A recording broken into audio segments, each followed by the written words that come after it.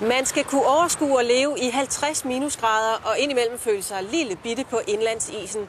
Man skal kunne leve med ekstrem ensomhed, og man skal ikke være spor bange for hverken isbjørne eller livsfarlige revner i isen. Der er høje krav, når man skal finde personale til den legendariske Sirius-patrulje, som i de her år fejrer, eller som i disse dage fejrer 60 års jubilæum.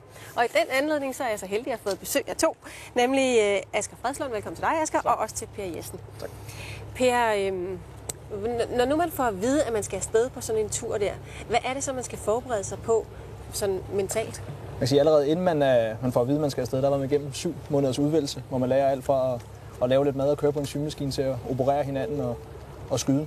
Når man så har klaret de her kurser for at vide, at nu man er god nok til at komme afsted, så skal man også til at forberede sig mentalt, at man skal sige farvel til det hele hjemme i 26 måneder. Ja. Og det er jo så lidt, når man er 21 år og en knejt, så skulle sige, nu skal jeg ikke på Crazy Daisy det næste lange stykke tid, så kan det godt være lidt hårdt. Men når man så først er deroppe, så flyver tiden afsted. Men skal man være sikker på, at man er i ro med sig selv og har et mentalt overskud? Og... Ja, helt sikkert, men man ved det jo ikke, før man står deroppe. Så jeg havde det sådan lidt, at jeg tænkte, at dem, der havde udvalgt mig, måtte have vurderet, at jeg havde det. Fordi jeg havde ikke prøvet at være væk 26 måneder, hvor det var minus 50 grader. Det er så også lang tid. Asger, hvad er det for en type mænd, som tager afsted? Altså 26 måneder med Sirius-patruljen? Det er nogle sære snegle. det er vel nogen, som... Jeg tror, vi er meget forskellige i virkeligheden, men jeg tror, det er nogen, som der søger den der fantastiske naturoplevelse i virkeligheden. Jeg tror, at naturoplevelsen trækker. Det er i hvert fald det, vi snakker om i dag, når vi er kommet hjem, ikke? Hvor fantastisk det var. Så naturen i Grønland er et trækplaster, og så den der enestående mulighed med at kombinere det at arbejde og gøre noget og køre hundeslæde. Det er jo fantastisk, at der er sådan en arbejdsplads, og så få lov at blive en del af det. Men så jeg tror, eventyret trækker. Men det må også være lidt af en enspænder måske. Det er i hvert fald ikke en familiefar til 2, der tager afsted, vel? Nej, altså da jeg søgte, der så de helst ikke, at vi hverken var forlovet eller havde kæreste, og kone og børn, det var helt udelukket. Man tager jo 2 år ud af sin kalender, kan man sige, på et tidspunkt, hvor der sker rigtig meget i ens venners liv i Danmark. Altså, vi er jo mellem 20 og 30 år, og der sker mange ting, normalt i vores liv i hvert fald. Ja. Så når man kommer hjem, er der sket meget, synes jeg, for venner, og der kan det være svært at have en kæreste i 2 år, der skal nulstille sit liv, tror jeg. I Danmark eksempelvis. Jeg tror, det kan være en udfordring at have en kæreste, som man skal snakke med. Ja, for havde du ikke en kæreste, da du tog afsted? Jeg havde en kæreste, der tog afsted. Havde du ikke, da du kom hjem? Nej, det havde jeg heller ikke. Der gik 8 måneder, hvor der var noget nærvær og så videre, hun søgte, og det var lidt svært at give på 3.000 km afstand. Ja. Men omvendt det med enspænder, det tror jeg har aldrig været så lidt alene, som der var ved Sirius-patruljen. Altså man er hele tiden sammen med en anden mand, ligesom Asger og jeg sidder nu. Ja. Han er helt inden for en meter, så det er lige meget, man går på toilettet eller hvad det er. Så jeg synes, det var meget intenst. Det var selvfølgelig ikke så mange mennesker, jeg var sammen med, men jeg var altid sammen med mennesker. Det var faktisk først, da jeg kom hjem og havde købt mig en lejlighed og sad alene oppe i den, jeg tænkte, det her det er mig mærkeligt. Nu sidder jeg her helt alene. Hvad laver man egentlig? Fordi hvis jeg sådan tænker på det nu, 26 måneder og bare noget is og ikke så meget andet, kan I få brugt tiden? Jeg synes jo, det fløj afsted, som jeg er helt enig med Per, at de 2 år, de fløj jo afsted.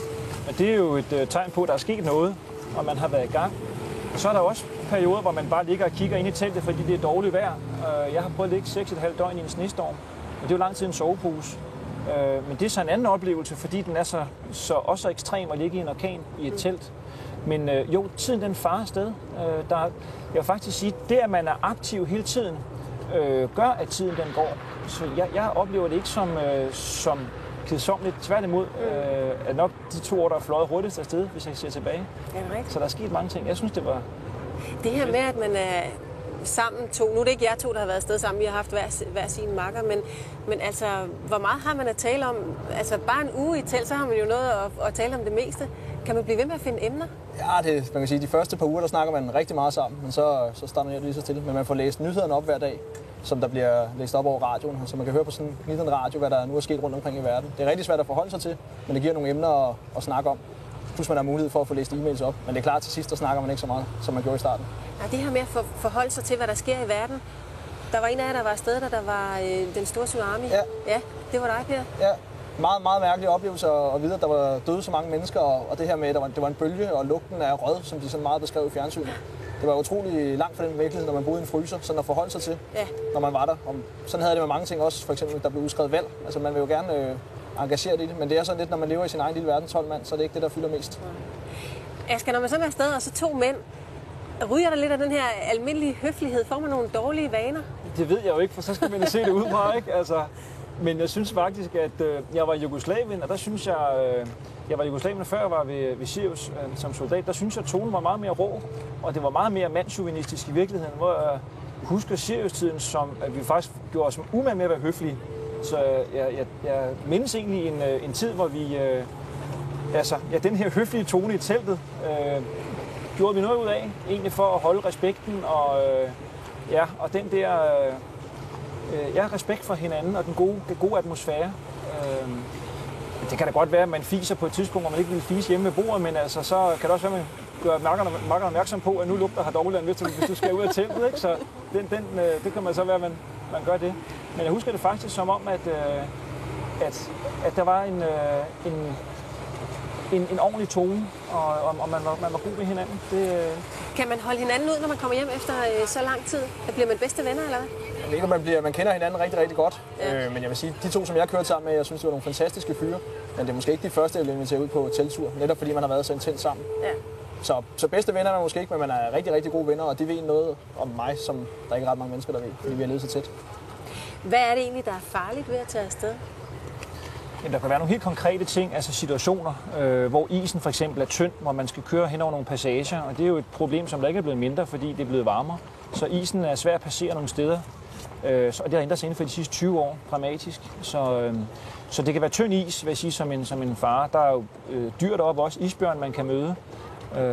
Jeg tror, det var i sidste uge, der var en, der blev angrebet af en bjørn tæt på vores base der, Daneborg. Det sker ikke så tit, men det er jo en risiko, så det skal man også kunne håndtere. Så kan man køre hen over nogle gletsjerområder, hvor man ikke kan se spalterne, fordi der ligger sne.